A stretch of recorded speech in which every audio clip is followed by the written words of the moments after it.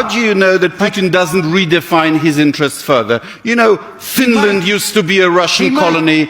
Poland used to be a Russian colony. What if Putin decides that he wants those countries back too? In case you haven't noticed, Putin is not even capable of conquering Ukraine. The idea that he's going to conquer Poland is laughable in the extreme. They did so many times in the past. The past is the past. There's a new balance of power in Europe. Well, and by the way, Radek, if you're... what I can say is I would prefer the Ukrainians and the Finns in the trench beside me than some people that are current members.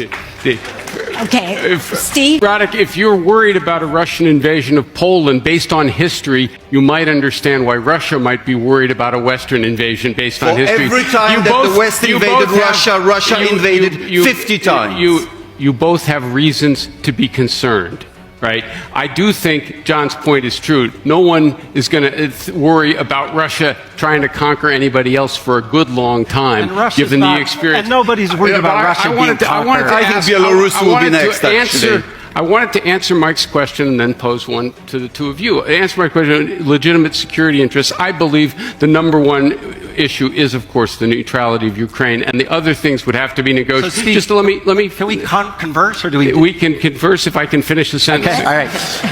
I was told. I'm paying attention to the Canadian rules. I was told we're supposed to interrupt. I was told that. I was told that by your judge. I'm going to get him on the stage. I'm just paying attention to the rules here, folks. I was told to just have a lively conversation, but never mind. So I think that's the first step. And there's obvious reasons why the Russians want this guaranteed by the United States. Radek keeps saying that this was impossible, it's never going to happen, it was off the table. You have already guaranteed Ukraine's security. You're picking up Mike. You were picking up Mike's habits. All right. In 2021, we kept reiterating that Ukraine was going to join. We kept saying that over and over again. So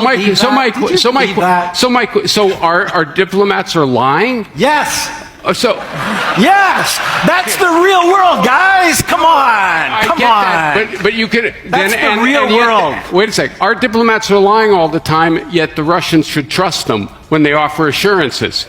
No. And we shouldn't. Please. No, but here's my question: if Ukraine membership in NATO is really, realistically off the table, just not going to happen, nothing for Russia to worry about, why shouldn't NATO take it back? Say, we've rethought the matter, we no longer want to consider Ukraine for NATO membership. If it's never going to happen, why not do a very simple thing that might help unwind this? Because that would be an invitation for Russia to invade. And as you know, Russia, already happened. The United States, Britain and France guaranteed Ukraine's security